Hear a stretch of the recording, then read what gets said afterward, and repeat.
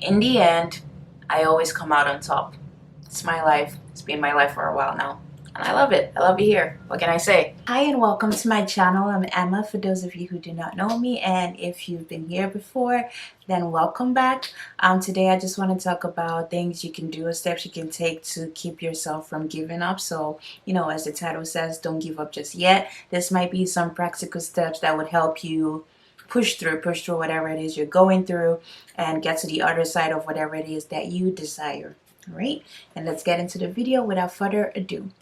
So the first thing I'm going to say is, more often than not, most times when we decide to do something, there's always something that comes to attack our intention. Intention precedes obstruction. When you decide to do something, you set your intention on something, there's always an obstruction that comes along the way to derail you. For example, you could decide today, you know what, I'm going to start eating clean and I'm going to start just working out and taking care of my health, and there is no going back.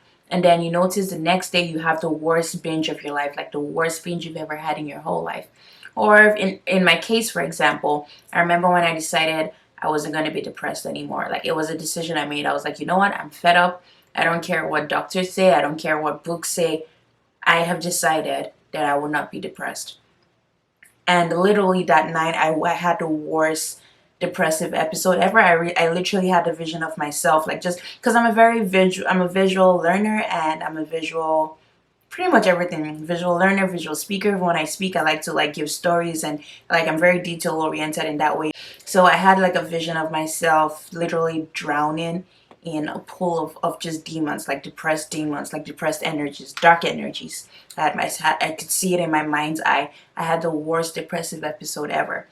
And in that moment, there was a lot of tears. I remember I was in college. I was sobbing on my bed, but I was trying not to cry out loud because I didn't want to wake up my roommate. And I was like, wow, the day I decide that this is over, this happens. Like, what could that possibly mean, and things like that. That's an example of when I say intention precedes disruption. Because every time you decide to do something good, something bad comes along to test your will or your desire for that thing. It's sort of life's way of testing you to see if you really mean what you say, if that makes sense. You know how sometimes you tell people things and then they test you, right? I guess we're just learning from nature, because nature tests is like, does she really mean what she says? So the first thing is to realize that whenever you decide to do something and something bad follows, it doesn't mean you're not on the right course. If anything, it means you're actually on the perfect course for you. It means you're going somewhere. So be excited when shit falls through.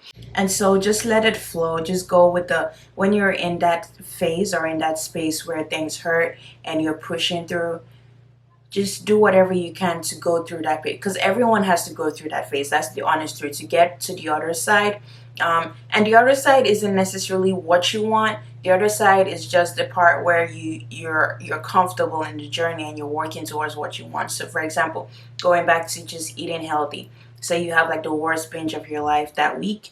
The other side will necessarily mean seeing your body look the way you want it to be. It could just mean, after that episode, you start to understand your body better, and the exercises you love and the food you love. Again, in my case, after the whole depressive episode, the other side wasn't necessarily just total bliss for me, right? It was more just me starting to understand my mental health and to enjoy the journey of going from trashy mental health state to something just great and awesome and blissful, right? And right now I know for a fact that I'm where I want to be mental health wise. Yay me. And so yeah, I could tell you for a fact that it works. And there are other things, there are other areas of my life I've applied this to that I don't necessarily feel like sharing right now. But it always works. It's tested and proven, and it's something we call principle, right?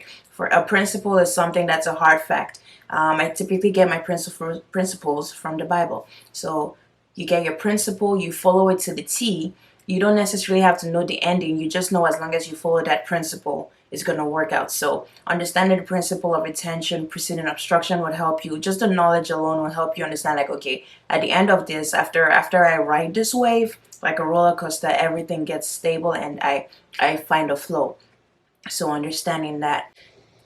The next step would be just managing obstructive and destructive thoughts. There are constructive thoughts, and then there are destructive thoughts when you're going towards a goal. All right. And so an example of destructive thoughts, just using the same example of food and all that stuff, is when you tell yourself, oh, I can't control how I feel about eating, and I'm gonna binge if I see the food and things like that. So in the case of managing destructive thoughts, affirmations would be good, meditations would be good, just being in an environment that fosters positive thoughts. For example, when you feel like, when you think to yourself, oh, if I see all this food, I'm gonna binge eat. Like, just going into a healthy environment where either there's no food or there's like healthy food to the point where you can't binge it. I've never seen a person binge eat on freaking fruits and vegetables, right? So choosing to go to a cafe or a restaurant with mostly healthy foods might help curb that that desire to overeat. Or just, if you've already eaten and you know you're going past your point, just getting up and going for a walk, or leaving that environment. So being in control of your environment is one way to help, and being in control of what goes into your mind. So again, going back to affirmations and meditations, just listen to affirmations at night before you go to bed is a really great way. I know that has helped me a lot, and there's a lot of science behind it. I'm not going to go too deep into that today, but there's a lot of science behind just listening to affirmations that cancel the negative thinking patterns you have and foster the positive ones that will be embedded in your subconscious.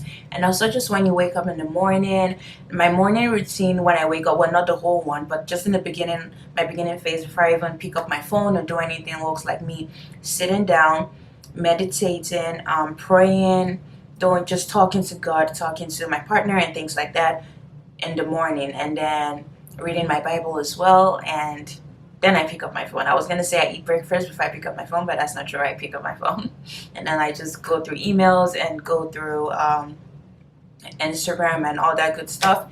And so yeah, just meditations, affirmations, morning and night, to work on your subconscious, to reconstruct your mind, to shift any erroneous beliefs and thinking patterns that you have fostered in your mind for a while. So an example of a perfect thought, when those destructive thoughts come in, or when you're going through that phase in your life where there's a lot of obstruction and it feels like all the things you don't want to happen are happening, would be, isn't it wonderful? Something marvelous is happening to me now. That's literally, I opened my phone and that was the first thing I saw, and I was like, this is a gem. It really is, because sometimes we take things that seem to be bad at surface level, and we're like, yeah, this is just a bad thing happening to me, and that's not always the case. Sometimes things that are happening to make you a better person. Bad things that are happening can happen to make you a better person, and sometimes we perceive them as the worst thing in the world.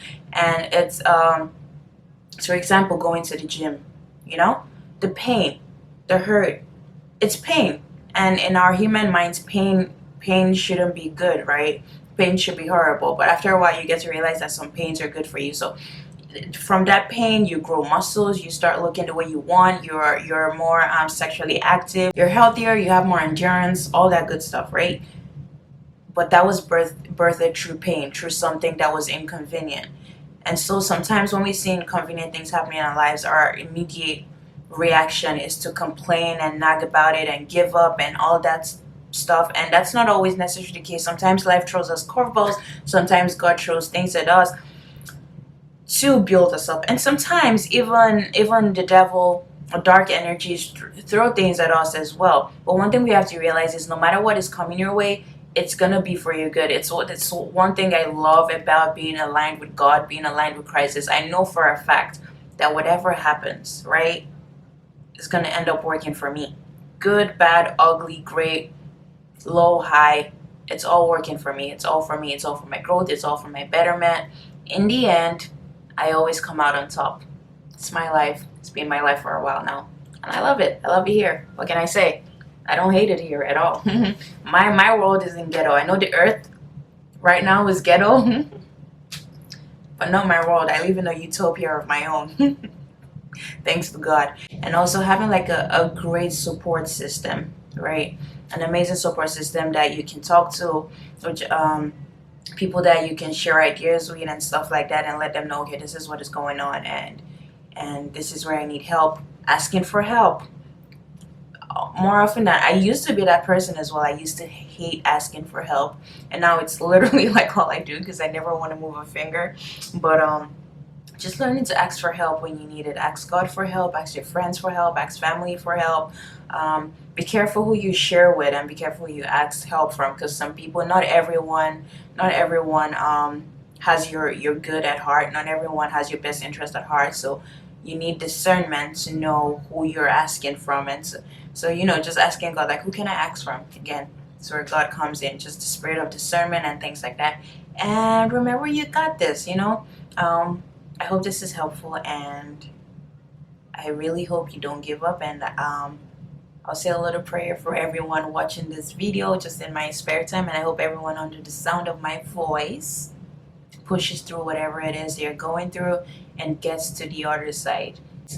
I pray that you get the grace for endurance to push through and to get to the other side. You are loved, you are cared for, and you got this.